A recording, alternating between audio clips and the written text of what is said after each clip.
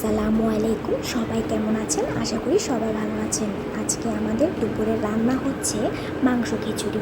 তাই পাতিলের মধ্যে তেল দিয়ে পেঁয়াজ, রসুন, আদা দিয়ে ভালো করে নেড়ে চেড়ে পরিমাণ মতো হলুদ গুঁড়া, মরিচ, ধনে জিরা গুঁড়া, রাঁধুনি মশলা আর লবণ দিয়ে ভালো করে নেড়ে চেড়ে দিবে আর অল্প একটু পানি দিয়ে ভালো করে মাংসটা কষিয়ে নেবে।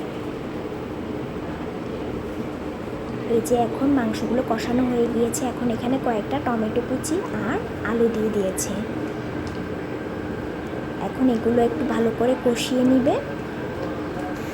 আর দেখেন বাহিরে কত বাতাস,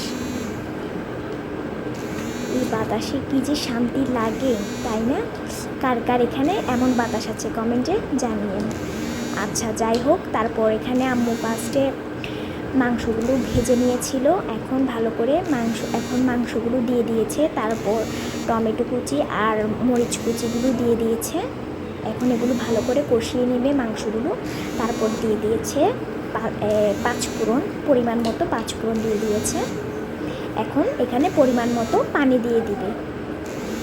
এই যে এখন মাংসগুলো নামিয়ে নিয়েছে অন্য একটা কড়াইয়ের মধ্যে, তারপর অল্প একটু পানি দিয়ে এখন চালগুলো ভালো করে ভেজে নেবে। চাল যত ভালো করে ভাজা হবে খিচুড়িটা খেতে ততই মজা হবে।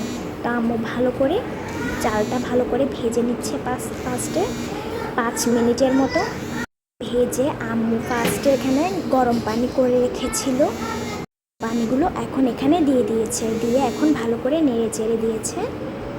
তারপর এগুলো একটু হয়ে আসলে মাংসগুলো দিয়ে দিবে। এখন ভালো করে নেড়ে চেড়ে দিবে।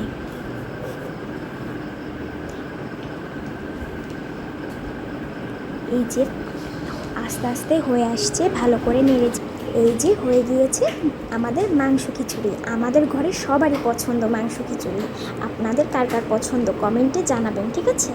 আচ্ছা, ঠিক আছে, ভিডিওটা আজকে এই পর্যন্ত। সবাই ভালো থাকবেন। আল্লাহ হাফেজ।